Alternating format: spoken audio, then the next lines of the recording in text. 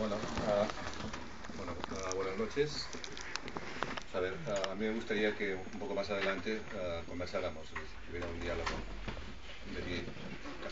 Me gustaría poder explicar algo del libro, sobre todo a través de la conversación, más que de un monólogo. De todos modos, las normas del ministerio, que es el que subvenciona el acto, son bastante estrictas.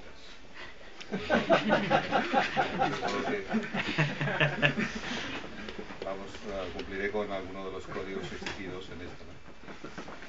Y leeré algún fragmento del libro y del último texto que he escrito, que publicaré el domingo en El País de Cataluña, que por ser el último texto me gusta bastante, si no tendría que pegar un tiro. A ver, al venir hacia Zaragoza estaba pensando que debería haber traído a esta librería para leerles a ustedes, desde luego, mi mejor texto. Pero ya me explicarán cuál es mi mejor texto y si existe ese mejor texto.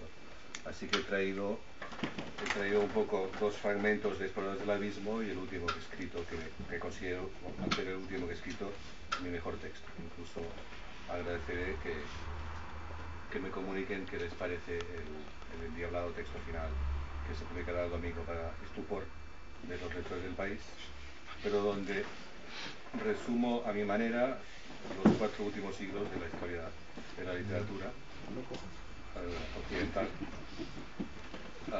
en unas cuantas líneas. Por eso voy a pasarles luego a consulta de todos ustedes sus impresiones sobre esto. En definitiva, esto de venir aquí con el mejor texto me ha recordado una historia que me ocurrió en México hace unos 15 años, en mi primer viaje a México, que había quedado con Sergio Pitol en un congreso internacional de escritores, muy internacional porque habían 3 escritores chinos que no he olvidado.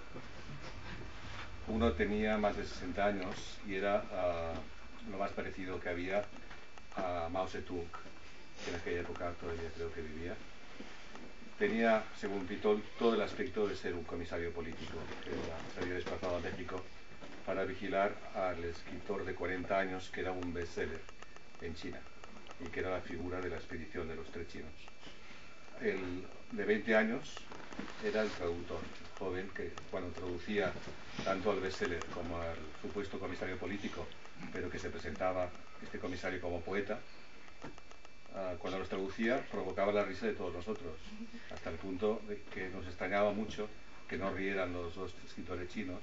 Pensamos que les traducía mal, y esta sospecha fue en aumento por la cara de mal humor que ponían los bestsellers y Mao Zedong cada vez que eran traducidos por este hombre.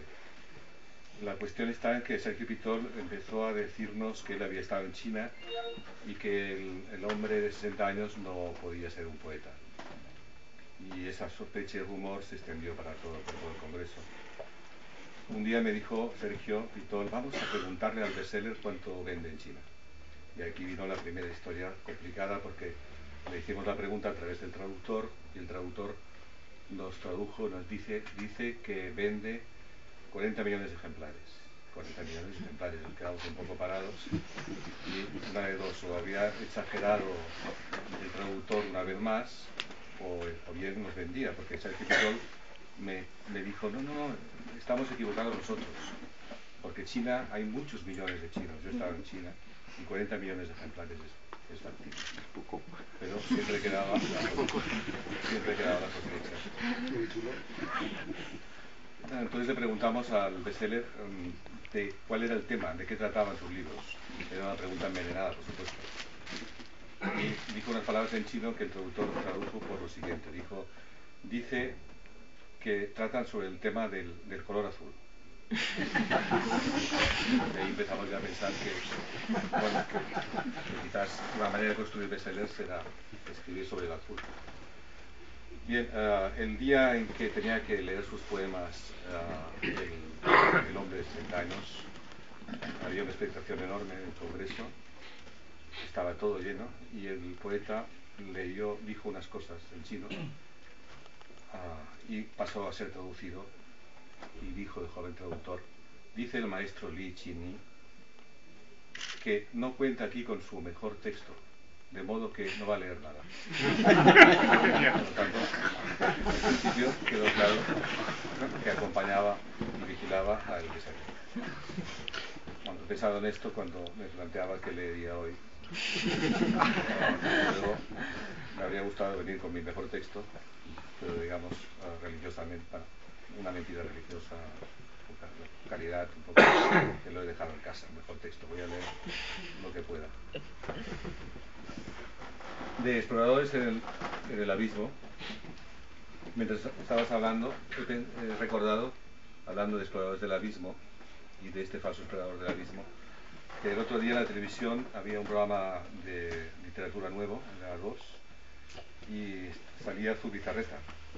Y yo acababa de poner la televisión y le preguntaban a Zubizarreta qué libro estaba leyendo y dijo Exploradores del Abismo.